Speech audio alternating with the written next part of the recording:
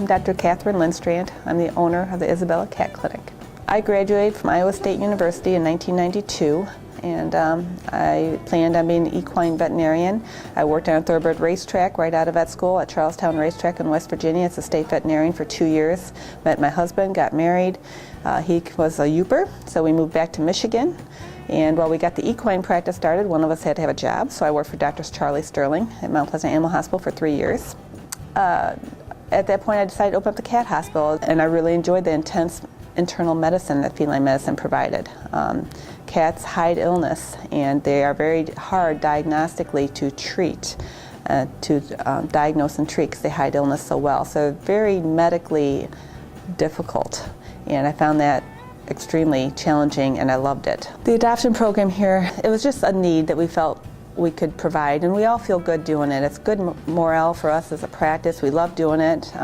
Everyone wants to go to the shelter and pick out our next adoption cat. When one gets adopted from here, we go out and we get another one. And often it's hard because often there's 2 or 3 cats in a cage at the shelter, and we just can't take one and leave the other 2 behind, so we come back with more than what we intended to go for. But everyone feels good about it. It's a transformation of taking this animal that's not exactly very healthy, that hasn't had a home, and transforming it into a pet and adopting it out to a family. And it's a community service. We just wanted to do something to help out the cats in our community. We get our cats for our adoption program from the Gratiot Animal Control and the Clare County Animal Control. We go up, we walk through the shelter, and we pick out cats we feel would be suitable pets for people. And we look for cats with an outstanding personality, something that we feel would be a really good pet quality animal. We put them through several behavioral tests to see how they would respond. We hope to find cats that would be really good with children and other pets, because we don't know what kind of home they'd be going to. It doesn't really matter if they're sick or not. We're a veterinary hospital, so we go ahead and address their illnesses and their parasite problems. And we take them back to the hospital here, and we do a leukemia FIV test, a heartworm test. They get a full physical. They get a couple fecals, several dewormings, herbal baths, spayed and neutered, of course, and they get started on heartworm prevention. They get a collar and a bell, and they're put up for adoption up in our cages. We don't euthanize here. They're kept here. Some cats have been here as long as 2 years until they find a home. We generally don't take cats from the general public because we just get overwhelmed with cats. They're either abandoned in the back alley or just numerous people just bringing them in the door. So we just go to the shelter and we pick them out from there. The adoption room is right up, it's got big glass plate windows facing the front of the clinic, so people are often come after hours and just look in the windows, and they can see through the window the cats that are up for adoption.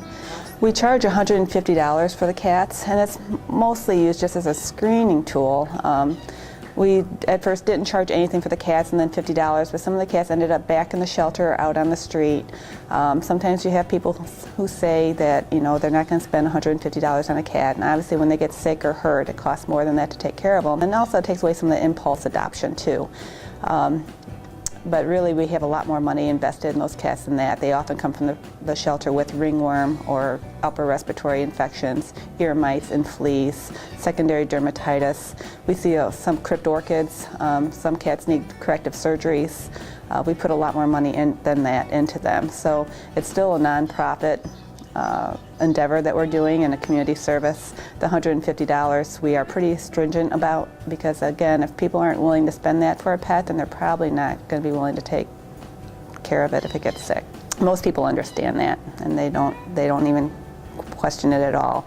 Generally, to have all those services done here at this hospital costs about $350 for a female cat if they were to pay to have that done. You know, any vet that you go to, you're going to have to go through the whole series of shots and the neuters and the spays and everything else. The adoption program we do, it comes out of my own pocket. It's my own personal community service. It's not done for profit for the clinic, and in fact it's probably done at a loss. Like I said, some of the cats are here for over a year, and so I'm paying staff to take care of them and clean their cage and feed them and change their litter and do all that for them. When these cats leave here, we always tell people if for any reason they can't keep the animal, to bring it back. We're kind of a safety net. Once the cat's an ICC cat, it can always be an ICC cat. It never has to go to a shelter or get left out. If the owner has to get rid of the cat for any reason, they could always bring it back, and we will adopt it out and find it a new home. It has to go through the whole screening process again, through all the testing and stuff, but it's always an ICC cat. And we've had a very successful adoption program. We've adopted out hundreds of cats out of our program, and I think it has a very good reputation in the community, so we're very proud of it.